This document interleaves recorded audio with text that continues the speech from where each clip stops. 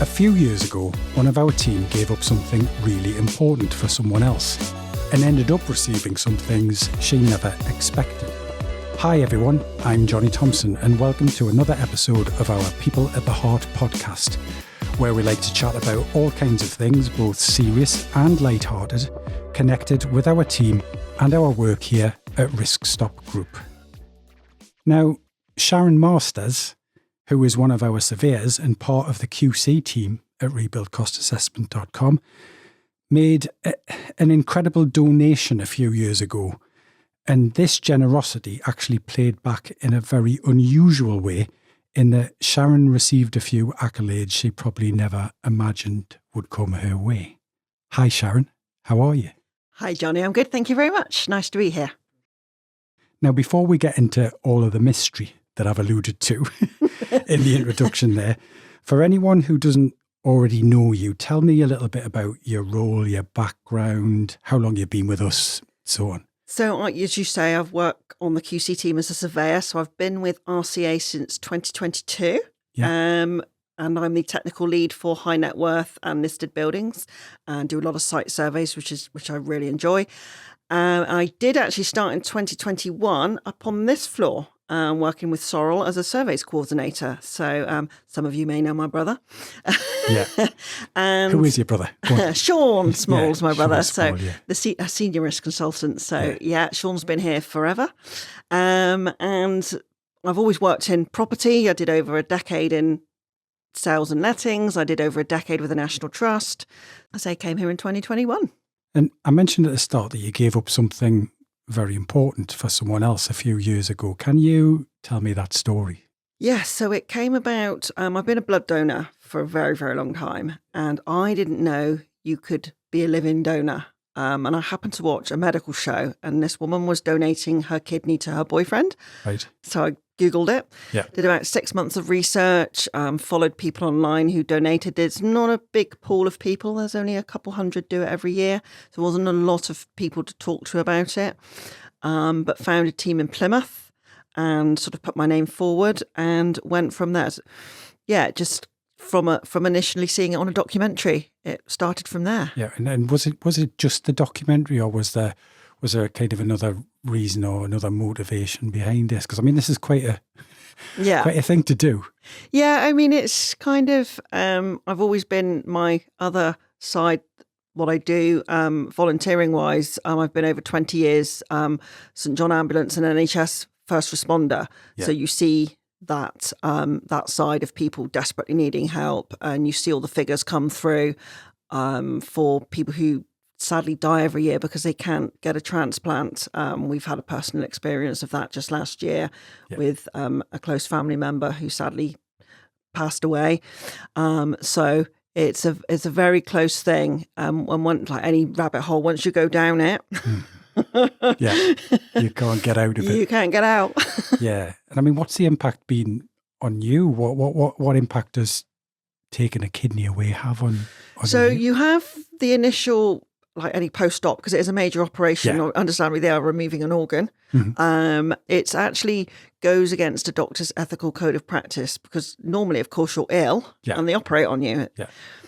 You've got a well patient who's got everything that they need, and they're going, you can take this from me. And so there's a lot of ethical questions. So there's a mental impact. Then there's the physical of I had what they call a left-handed nephrectomy, which means he took the kidney out of my front. So I've got a big scar along here and several other scars. And your kidneys, one of the things they do is control your temperature and things like that. So I remember the first few weeks after donating my kidney, my temperature was all over the place because my body was trying to reassert itself and reset itself. But other than that, once you've recovered, you don't know any different. Loads of people only have one kidney and don't know. So it doesn't affect you. Once the operation side effects have gone, it's pretty much as normal. You'd never know any different to anyone with two kidneys. Were you scared? I mean, as you said, it's major surgery. I mean, how did you feel just before? So they do huge amounts. I say there's a lot of process to it and a lot of testing.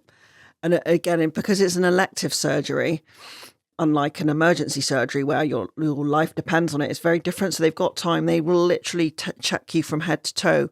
And they do that physically. So they make sure you're strong enough to not only survive the surgery, but that your remaining kidney can cope on its own.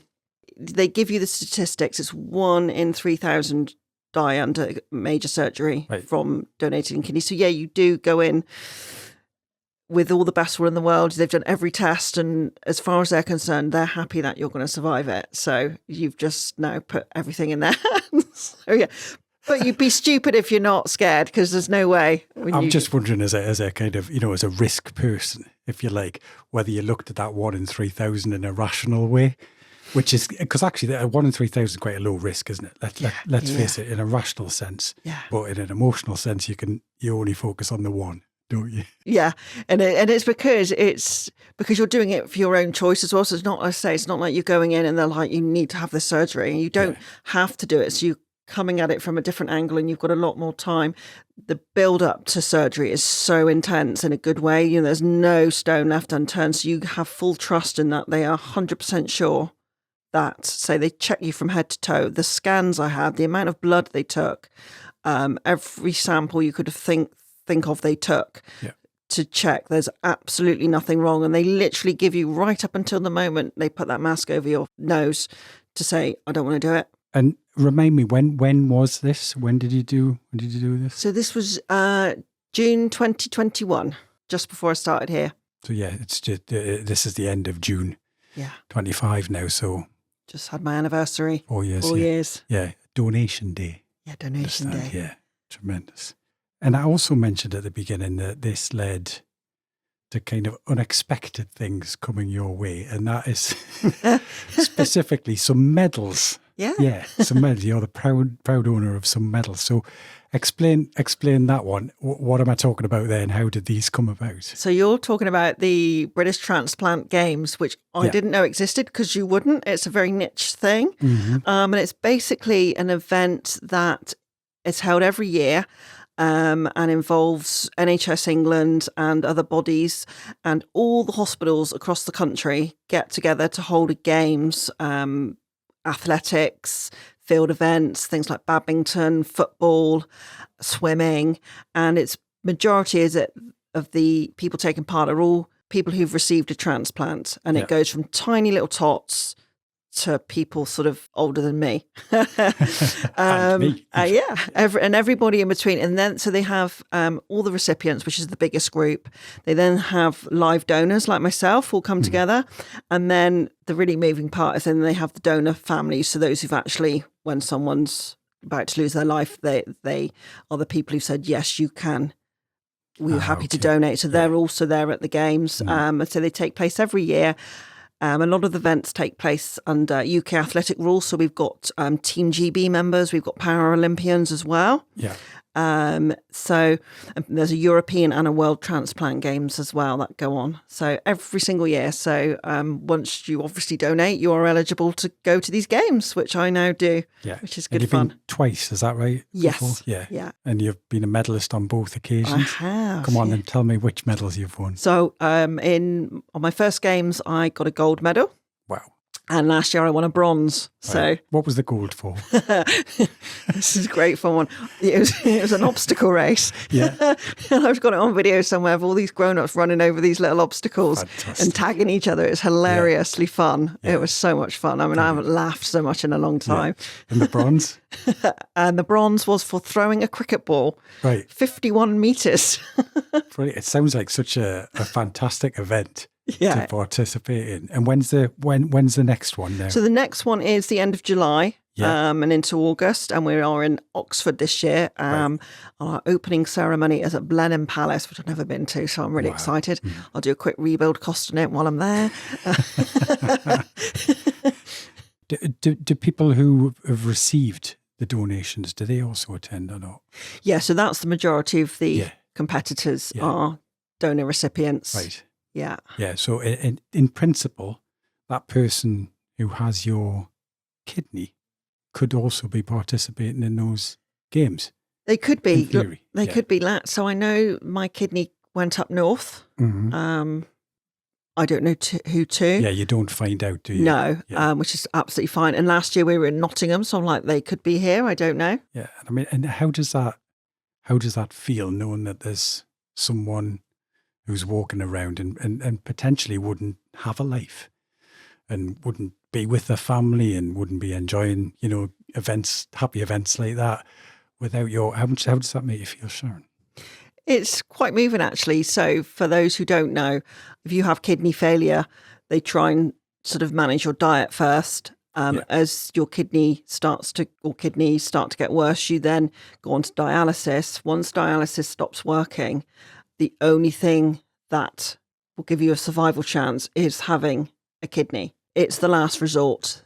So the lady who had my kidney was, her kidney was functioning at 10%. Mm-hmm. So she probably had 2 to 3 months left to live. Yeah. Because that's it. She'd had 2 failed transplants from decedent kidneys. They don't last as long as a living donor kidney. So they tested her, they knew what her kidney function was, and then they told me that before I had the operation, literally just before they went in to take it out. So hers was to say 10%. So 60% is normal function. Yeah. Anything above that's great. Anything below that is so she had my kidney, they plumbed it in. They had sort of 12 hours to plumb it in. And the surgeon who oversees both operations, even though he's dealing with mine, so you have the best surgeon, they give you the best surgeon in the country to do it. And he said her kidney within a few hours, or my new kidney, was functioning at 48%, which for her means she can have more to drink. Yeah. She can have different foods. I could just imagine she must have just felt so much better. Literally, you are at death's door, and then you've got someone's kidney, and now it's at 48%, which it probably hadn't been for about 10 years. Probably felt like a miracle too, I would imagine. Yeah. Fantastic. So it's just for them, you're like, good stuff. Brilliant. I mean, so needless to say, it takes a special person, Sharon, and I'll just say that. Obviously, it takes a special person to do what you've done. What would you say to anyone else who might, hear your story or be aware of living donations, and what would you say to anyone who would be thinking about that? Do your research, which may sound obvious, but there's a lot to it. And it's like, as I said, any rabbit hole as you go down, there's a lot of things to know and understand. Speak to living donors. I follow and have done my story for another company who we're living donor ambassadors. So if people are thinking of donating, they can come and talk to a living donor, because we're the best people to speak to. We've been through it. Yeah. So just take your time and just see how it sits, because it is a very big decision. And of course, there is another way of being a donor as well, isn't it? And that's the donor card. What about that? Because obviously you're aware of that as an option as well. Yeah, so I carry mine with me, and you'll probably see, if you follow me on LinkedIn and things, you'll see every so often I'll do, tell your family your wishes. Yeah. Because it sits with them, and they don't know if people don't tell them, or if they don't carry the card. Mm.